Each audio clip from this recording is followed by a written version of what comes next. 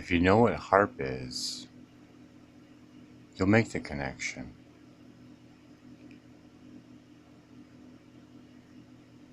However, they did not recover, even weeks later, from this loss. Could it harm humans to douse them with RF frequencies in their own bandwidth? Quite probably, if the voltage were high enough. There was no need to experiment, though, because the parasites we want to kill have characteristic frequencies that do not overlap the characteristic frequencies of a human. In fact, they are far away. You can see the chart on page 17. So my electronic method attacking illness was born. Find the resonant frequency of a bacterium, virus, or parasite using a slide or dead bit. Treat the living invaders inside the human body with this frequency, and in a matter of minutes they are no longer transmitting their own bandwidths. They are dead or sick and will be removed by our white blood cells. It was a worrisome truth. Perhaps the Department of Defense would use this knowledge and develop super high voltage devices to kill people, enemies, somewhere in the world. But I couldn't let sick people suffer. Besides, it would probably require a voltage much like lightning to kill people from a distance. Possibly a way could be found to shield yourself from frequencies harmful to humans by wearing a choke inductor coil, which suppresses these frequencies. Remember, there was no recovery, just a slow death for my experimental animals. It must not happen to humans. Meanwhile, people must be alerted that they can safely kill their invaders and heal their chronic illnesses, invaders that have been increasing exponentially due to. Now that was Herta Clark that we just heard. And now this is the guy who invented the neurophone.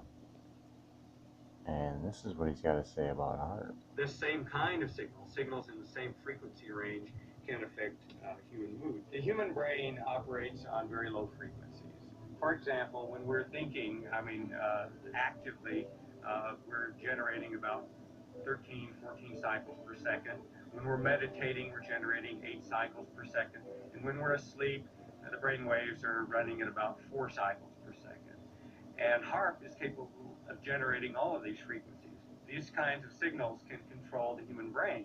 And if you can control these frequencies and multiples of these frequencies and various combinations, you can control all kinds of emotions. You can generate happiness, you can generate sadness, you can generate any mood you want.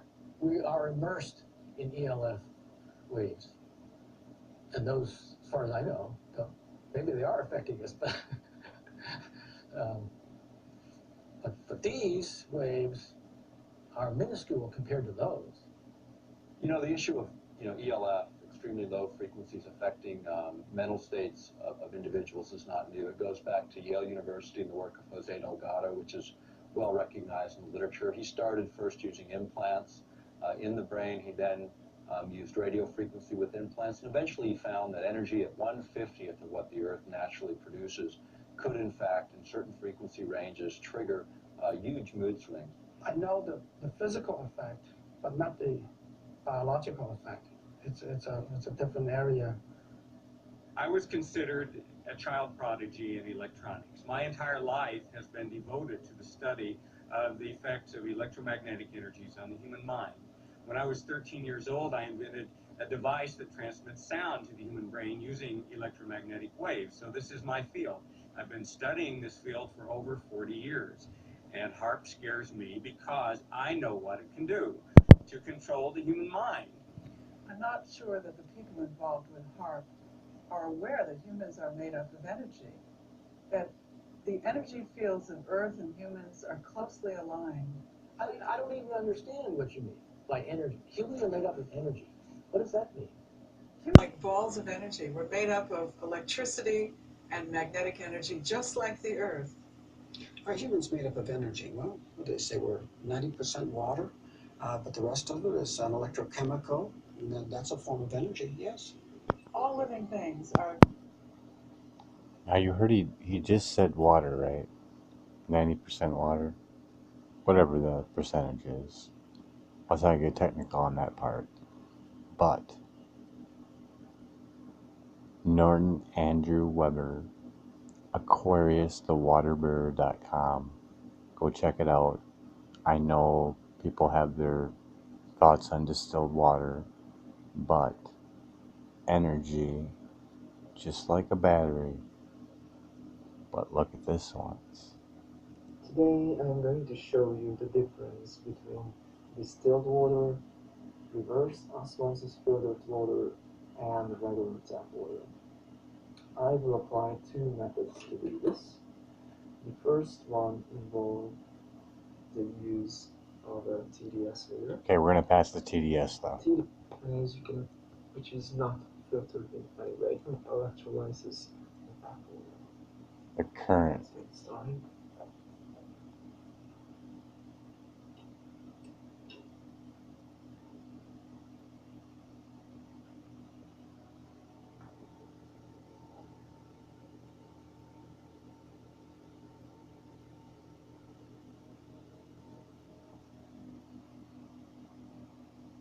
Wow.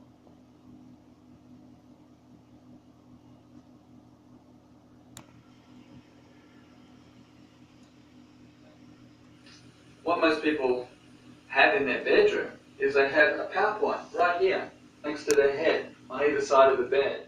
And there's also an electrical lead running right behind in the wall, right behind here. And I'm going to show you in another experiment, another video using a Gauss meter, how this electrical field actually radiates out right to where our head is while we're sleeping.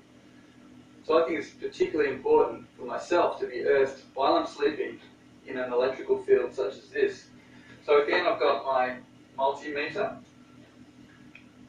I've got it earthed through the power point, and I'm going to see what my voltage is just standing on the floor in the bedroom. It's a massive 15 volts. This is the highest reading that I've had outside, inside, anywhere. I'm at 15 volts standing on the bedroom floor. Now I've got a sheet on my bed which is earthed. Do we have a close look at that?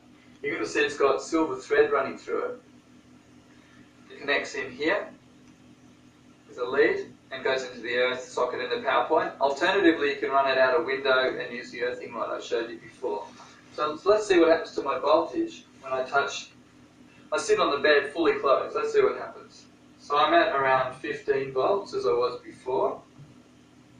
I sit on the bed with clothes and I drop down to 2.9 volts. So that's quite dramatic. That's about a 5-fold reduction. So a recap of what we just seen. I mean, that's a lot to take in right there, but it is what it is. That 15 volts, I don't know, if someone was going to be president, that would be the first thing they should really look into, for the simple fact that you can block that out. It's just the fact that it would cost more money to shield the wires and stuff, but I don't know, just think about it. 15 volts, and it goes up. The higher you go up, the higher it goes up. So when I seen that, I made a song about it, and it's pretty deep for me, because think about it. That 15 volts is running through a child. It's running through a pregnant child right now. And I seen it, you seen it. You can go get that multimeter. Make sure you get the correct one. Go look it up.